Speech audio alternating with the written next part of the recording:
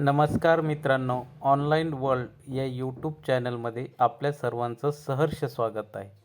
आज आनंदाची बातमी अशी की फक्त महाराष्ट्रासाठी सेंट्रल गव्हर्नमेंटच्या 10वी पास विद्यार्थ्यांसाठी 500च्या वर जागांची भरती प्रक्रिया निघालेली आहे. मित्रांनो, ही प्रक्रिया फक्त महाराष्ट्र रिजनसाठीच म्हणजे महाराष्ट्रातील विद्यार्थ्यांसाठीच असणार आहे. त्यामुळे बाकी राज्यातील विद्यार्थी हे आता महाराष्ट्रातील या पोस्टसाठी कॉम्पिटिशनला असणार नाहीत.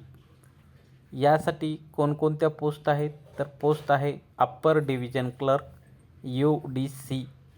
2 नंबरची पोस्ट आहे स्टेनोग्राफर स्टेनो आणि 3 नंबरची पोस्ट आहे मल्टीटास्किंग स्टाफ MTS. आणि ही परमनंट भरती असणार आहे. आता बघा, या 3 पदासाठी कोणत्या कॅटेगरीला किती जागा आहेत याची सुद्धा इथं डिटेल विवरण दिलेलं आहे. UDS म्हणजे अप्पर डिव्हिजन क्लर्कसाठी 139 UR, SC साठी 32, ST साठी 29, OBC साठी 86, EWS साठी 32 आणि टोटल जागा आहेत 318. कॅटेगरी A साठी 4, कॅटेगरी B साठी 3. PWD मधल्या जागांची माहिती पाहतो आहोत. कॅटेगरी C साठी 3, कॅटेगरी D आणि E साठी 3 आणि एक्समॅन सर्व्हिससाठी 32. स्टेनोग्राफरसाठी ज्या जागा आहेत UR साठी 7, SC साठी 2, ST साठी 2, OBC साठी 5, EWS साठी 2, टोटल 18 जागा. PWD मधील कॅटेगरीसाठी A साठी 1, B साठी नील, C साठी नील, D आणि E साठी नील आणि एक्स सर्व्हिसमॅनसाठी 2. MTS मल्टीटास्किंग साठीच्या सर्वात जास्त जागा आहेत. UR साठी 113, SC साठी 26, ST साठी 23, OBC साठी 70, EWS साठी 26, टोटल 258. PWD मधील कॅटेगरी A साठी 3, B साठी 3, C साठी 2 आणि D आणि E साठी 2 आणि एक्स सर्व्हिसमॅनसाठी 26. अशी ही सर्वात मोठी भरती प्रक्रिया फक्त महाराष्ट्रासाठी राबवली जात आहे. आता आपण यासाठी जे काही निकष आहेत ते निकष आपण पाहणार आहोत. बघा, स्केल पे जे असणार आहे UDS आणि स्टेनोग्राफरसाठी पे लेवल 4 ही म्हणजे त्यांचा पगार हा 25,500 ते 81,100 रुपये असणार आहे as per 7th central pay commission 7व्या वेतन आयोगानुसार. आणि MTS साठी पे लेवल 1 साठी पगार असणार आहे 18,000 ते 56,900 as per 7th central pay commission केंद्राच्या 7व्या पे आयोगानुसार. बघा, आता त्यासाठी इसेन्शियल क्वालिफिकेशन एज्युकेशनल क्वालिफिकेशन शैक्षणिक पात्रतेची कोणती आवश्यकता आहे ते पहा. UDS साठी A degree of recognized university or equivalent म्हणजे कुठल्याही विद्यापीठाची अधिकृत पदवी परीक्षा पास असणं आवश्यक आहे. 2 नंबरची पात्रता आहे working knowledge of computer including use the office sites and database म्हणजे ऑफिससाठी आवश्यक असलेलं तुम्हाला कम्प्युटरचं नॉलेज असणं आवश्यक आहे.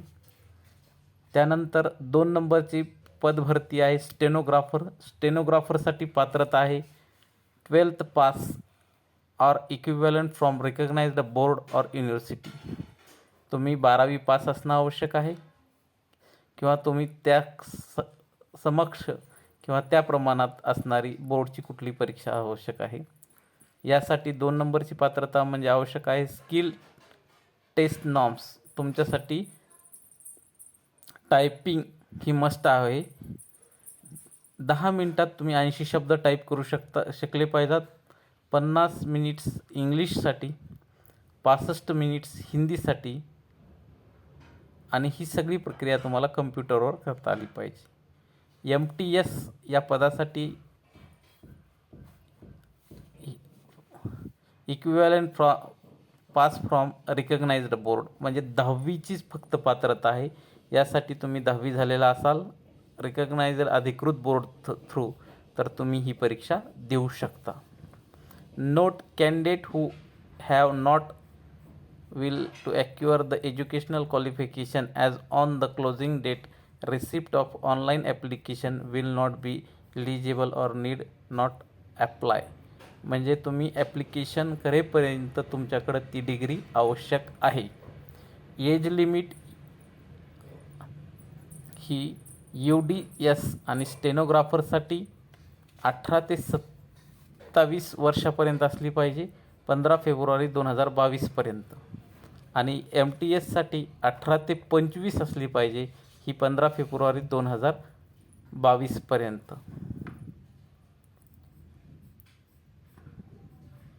आता SC आणि ST साठी 5 वर्ष वाढीव आहे, OBCसाठी 3 वर्ष, PWD कॅन्डिडेटसाठी URला 10 वर्ष, OBCला 13 वर्ष, SC STला 15 वर्ष, एक सर्व्हिसमॅनसाठी URला 3 वर्ष, OBCला 6 वर्ष, SC STला 8 वर्ष.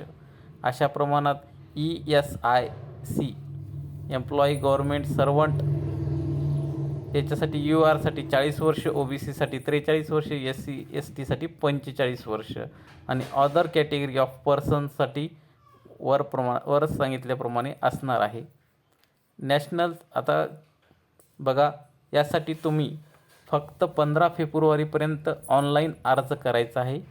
याशिवाय कुठल्याही दुसऱ्या पद्धतीनं अर्ज हा घेण्यात येणार नाही. बघा, यासाठी पेमेंट फीस खालीलप्रमाणे असणार आहे. SC ST PWD department candidate, female candidate और एक सर्व्हिसमॅन यांच्यासाठी 250 रुपये चार्ज असणार आहे. ऑल अदर कॅटेगरीसाठी 500 रुपये असणार आहे. पेमेंट मोड हे तुम्हाला ऑनलाईन पद्धतीने करता येणार आहे. तुम्हाला डॉक्युमेंट स्कॅन आणि अपलोड हे त्या विशिष्ट पिक्सलमध्येच करायचे आहेत.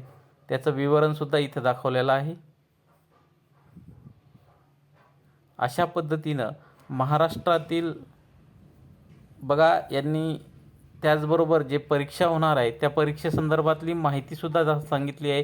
स्कीम ऑफ एक्झामिनेशन बघा, तुमची जी पहिली परीक्षा असणार आहे अप्पर डिव्हिजन क्लर्क, यासाठी तुमचा पेपर यात हा 200 गुणाचा असणार आहे. त्यासाठी जनरल इंटेलिजन्स अँड रिझनिंग याच्यासाठी 50 गुण असणार आहेत. जनरल अवेअरनेससाठी 50 गुण असणार आहेत. क्वालिटेटिव्ह ॲप्टिट्यूडसाठी 50 गुण असणार आहेत आणि इंग्लिश कम्प्रिहेन्शनसाठी 50 गुण असणार आहेत.